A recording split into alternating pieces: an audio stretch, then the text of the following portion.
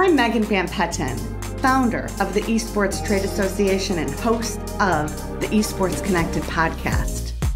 I am inspired to share key tidbits from several interviews conducted with industry influencers over the 3-day span of our Esports Next Conference. To be able to celebrate and learn from those who are shaping our community is such an honor. Press play and let the waterfall of knowledge wash over you as it did for me. Enjoy.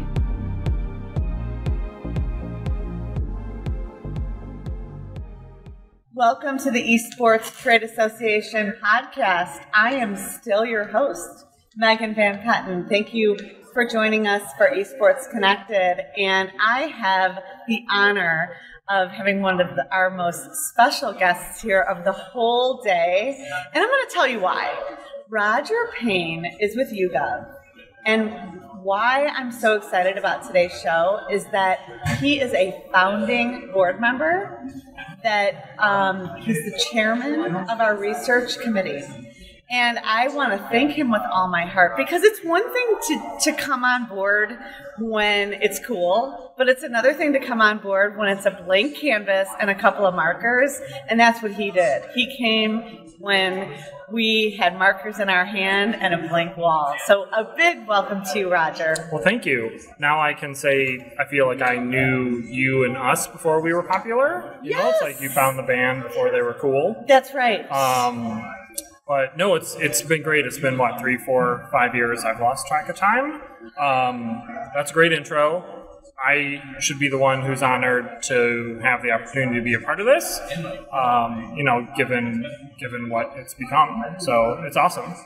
It is. And it really, it's been special being together after 5 years. Our first live conference we were having here in Chicago 3 years, right, was canceled, and then we had a couple. It was like a month before, right? It was like literally, and it was before. Such a cool space, too. It was the worst because it was in March, and when did the world shut down? I think in April. So we were like right there, and we pivoted to virtual right away. We were like one of the most virtual. One of the most virtual events. And then we did two more virtuals. We did two more virtual conferences, and this is our very first live after 5 years, and it's our birthday this month. Gosh, you're right. I've lost track of time. You have lost track of time because it's been 5 years. Work and kids and everything will do that to you, so? You would never know. Oh, please. You look the same. You look even younger. But yeah, no, it's really come together. It's awesome. It is. Downtown, people flying in from all over, despite somehow people have overcome their travel bans, right? We know a lot of companies have travel bans, but people have overrode those to get here, which shows you how important it is to folks. I think partly to see people again, but partly that we're doing something that resonates with a underserved business community. Right. Yeah. And that's been really nice. Our Level Up Fund, the whole giving back. That was nice. We just had April Welch on the show, the recipient of the fund. Good. Yeah. She's always so happy and positive. She is, and she's doing so much for the community. It's amazing. We're just in the beginning, but we have officially provided the equipment to one of our labs. So we'll be taking the show on the road when it's all I know. It's nice to give the money.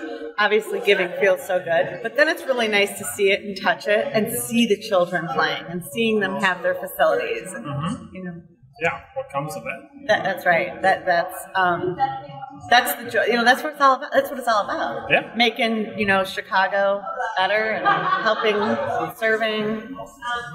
Yeah. One of the things that I really want to share, because Roger's very humble. First off, we could talk about servant leadership. 5 years. 5 years is a long time to serve on a board, period. One of the promises I made to him is that we would find his lane so it didn't feel like work. Yeah. And I pride myself in that because I've kept that promise to you. And Roger shares such an important component to what our member benefits are, and we are the only I think we're the only body to offer what we do. We have a library of curated research that is read, approved, and found by you and your committee. Tell us a little bit about, what you're doing and how you're doing that. But I get people contacting me all the time saying, how do I access that library? Where is that again? And, and it also is a really good draw for membership. And it's also like incredibly comforting to know that when you come to our Association for Research, it has its stamp of approval. Yeah, so thank you. So, thinking going way back, I think two of the things that I remember from those initial meetings or maybe three things from the priority was, how do we provide good legal guidance for the community? How do we provide good diversity options, women in esports, stuff like that? And then how do we justify all this with data and insights? And obviously that's where I was able to raise my hand. And yeah, I like to think that we are one of the few organizations that is trying to be, self-serving to the community, to say it doesn't matter who can provide that data to help you, as long as it's obviously accurate and valuable and trustworthy. And so you should work through us to make sure that you're getting what you need. And even just stepping out after our session here, 3 or 4 people came up and said, hey, where can I find this and where can I find that? And I was like, didn't you listen to what I said on stage? You can go into your member portal and you can find all this. And if it's not there, come to us, right? I tell people, let's reverse solve the problem. Yeah. It's what are you trying to achieve, and then let's go out and find the data and the partnerships for you, whether it's from YouGov, which would be great, or if it's from Blinkfire, who's on our committee, or Stream Hatchet, or other people. There's different data sources and files and reasons why you would use it. And we want to be unbiased in how we provide that to the memberships, because everyone has a different challenge, different agenda, different, shall we say, political battles that they need to fight, whether you're for-profit or not-for-profit or academic or whatever. And we like to think that we have a full read on the industry.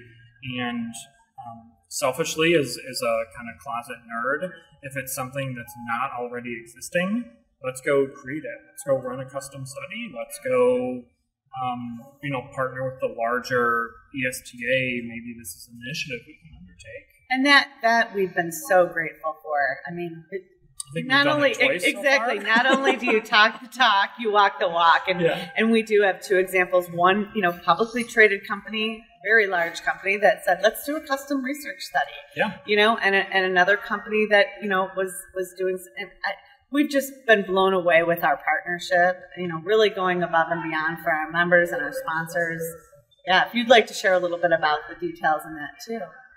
Yeah, now I have to dig back in my memory, but yeah, we've done, I think, a couple webinars and a couple presentations, and they should all be on our library, but it was everything from, a CPG brand. We presented a white paper that we created in collaboration with a partner.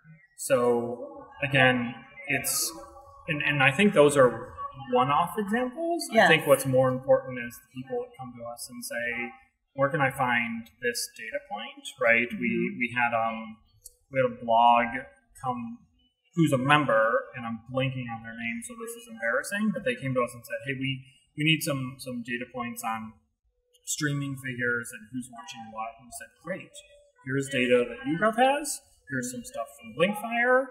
I think you put those 2 together, you have yourself a story. And we're like, well, what do we owe you that for was this? A wonderful. And then we're like, listen, this is part of the deal. It's an easy pull. Go do it. And if it's going to benefit you and the ESTA, we'll get the downstream effects of that. We're not undertaking any costs for this because it's in our system, and you've already hopefully paid for the ESTA. So, that's why we're here to help, and my extended team is here to help leverage that. And you really have. Good. Well, that's good to hear. Each and every year, I joke with Roger, and it's for us to have a board. One of our duties is to rotate, and every year I say, Roger, just one more year. and we'll see how long you keep. I don't know. You keep stuffing my ego, and we may have a couple more years here. Well, and the other thing I should say, what Yeah, besides the obvious is just Roger's here in Chicago, and it's been a lift to get the association going here. No small feat. So, your participation in bringing esports to this city has been insurmountable. Thank you so much. And the city thanks you, and I thank you. Well, great. We're all on a thankful page. So I'm excited to see what the next iteration looks like, because as I was saying to people last night at happy hour, this is a great proof point of years in the making, and I think it's even it's exceeded our expectations. But I think there's so much more that's possible if the world was more open, budgets. And so I can only imagine the next event is going to be, exponentially larger, just given the momentum we have coming out of this. I think we're going to need a bigger boat. That's great. Yes. Well, thank you, Roger Payne with YouGov. Thank you. Thank you for tuning in to another episode of Esports Connected. We'll be right back.